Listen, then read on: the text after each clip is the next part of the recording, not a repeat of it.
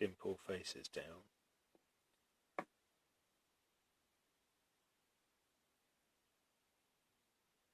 So the dimple is up. This recess faces this M whatever, this 10mm nut. And there's this lock washer. So I'm actually in the middle of a facing operation using this tool in the quick change tool post, and I'm part way through facing this, and there's just a little tiny nipple. I mean, I've really got to lift this tool up a little bit more, but just a little burr. So I could take these up 5 thou, or I could put a 5 thou spacer in here. I don't know, I'm going to experiment.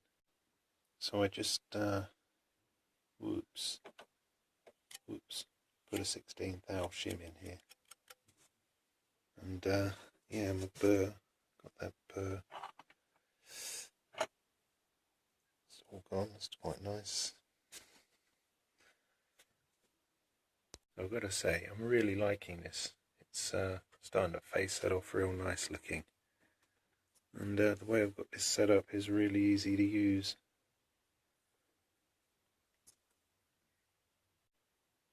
I'm set up here for a parting operation with a parting tool. I've got the there's a Sharpie mark there. Now the thing is, of course, width of the workpiece 2 1/4 inches, and the width of the parting tool is about 500 thou. So it's just going to make a groove in this, and I'll finish it off with a hacksaw. So it's really just a grooving operation here.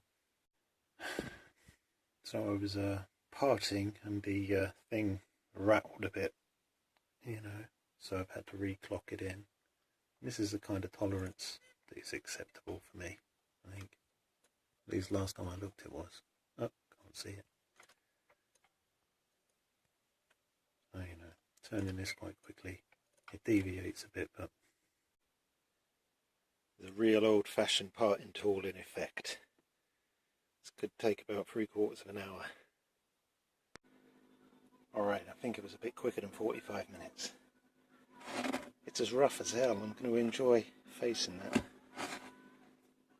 Get it back to some sort of semblance of normal.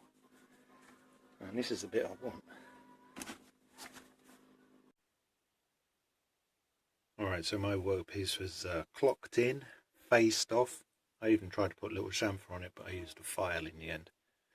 And now I'm drilling this old 11mm all the way through. Slow process, but we're getting there. It might take until tomorrow. Well, it's taken approximately 3.5 hours, but this 3 1/4, 2.5 inch round bar, we finally stuck this 11mm drill through it, but it took 3.5 hours, and wow, got some mess to clear up now.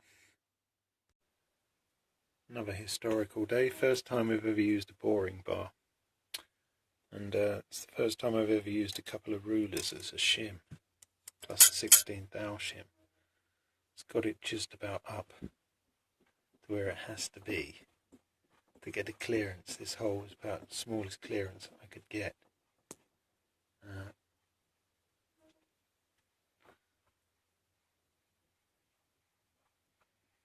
Anyway, so this is going to be interesting.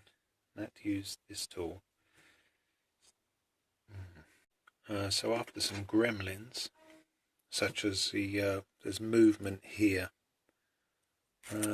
which forces this to cut a taper, but after some gremlins, this is finally beginning to give me the kind of step that I want. I'm using the carbide tip as a measurement, but this was sort of cutting a thread pattern earlier, so I'm not coming out with the tool until I've moved it away from the workpiece. This has worked out quite nicely, and now I'm doing some boring with the new quick change tool post and one of the old cheap boring tools.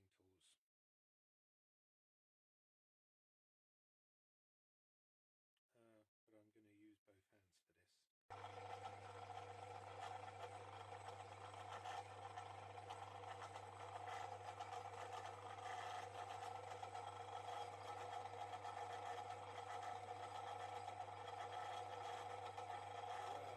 I went the slow way down there, didn't I?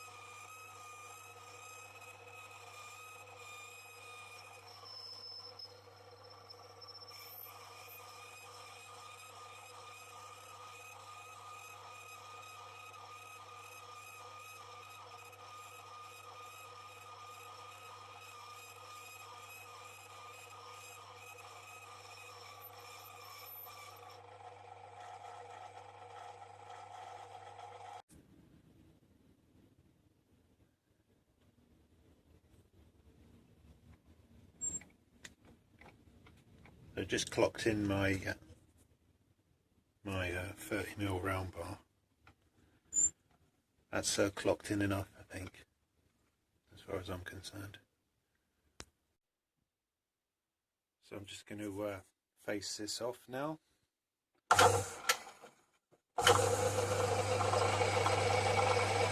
One-handed, of course.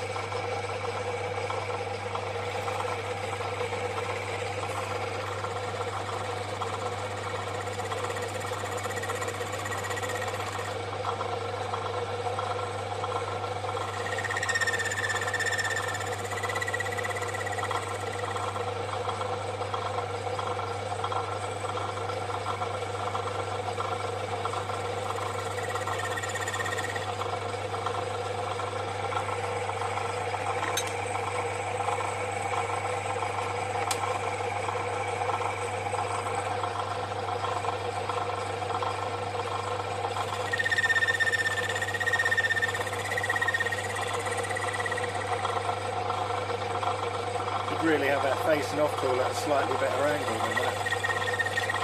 Put it in the turning position. I'm going to do this two-handed. Now just a quick centre drill. I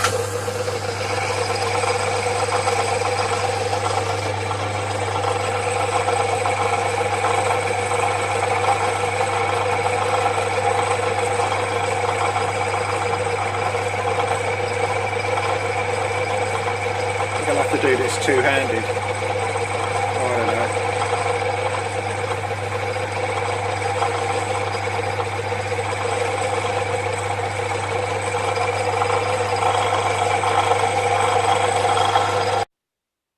So I've got a 9.75mm drill. It's going to go straight in. The hole needs to be 10.16. I'm hoping this is going to be a bit oversized.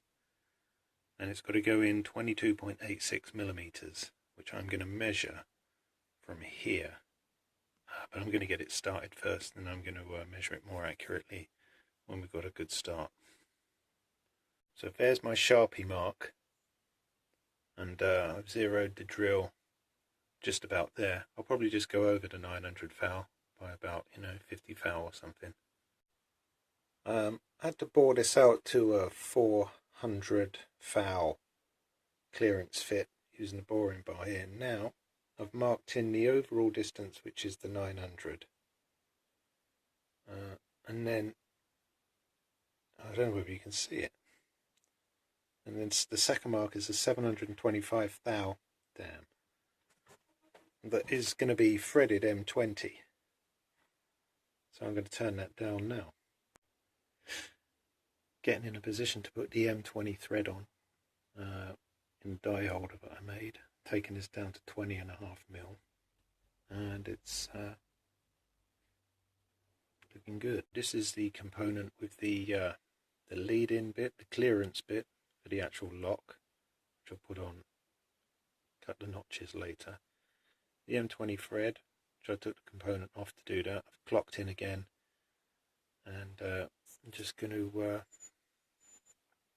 part it off after getting it down to overall size. So there's the parted part. And I've got to bore out this wider and then put the compound cut across there. It's going to take quite a lot to face that off. I suppose I'll file that off straight away. Okay, there's the old broken one. And now I've put the new one, just testing it. Oops, just testing it size with the other components. It's a little bit tight. But all I've got to do is put the bottom slot in, which looks something like that. Oh no, it don't. Shoot. It looks something like that. And I'm going to go in the bottom there, and then we'll be alright. Once I get an M20 nut, because that isn't M20. So when I get an M20 half nut or M20 nut to go there and clamp it into position on the bandsaw, it's gonna work. We can chuck away this old broken thing.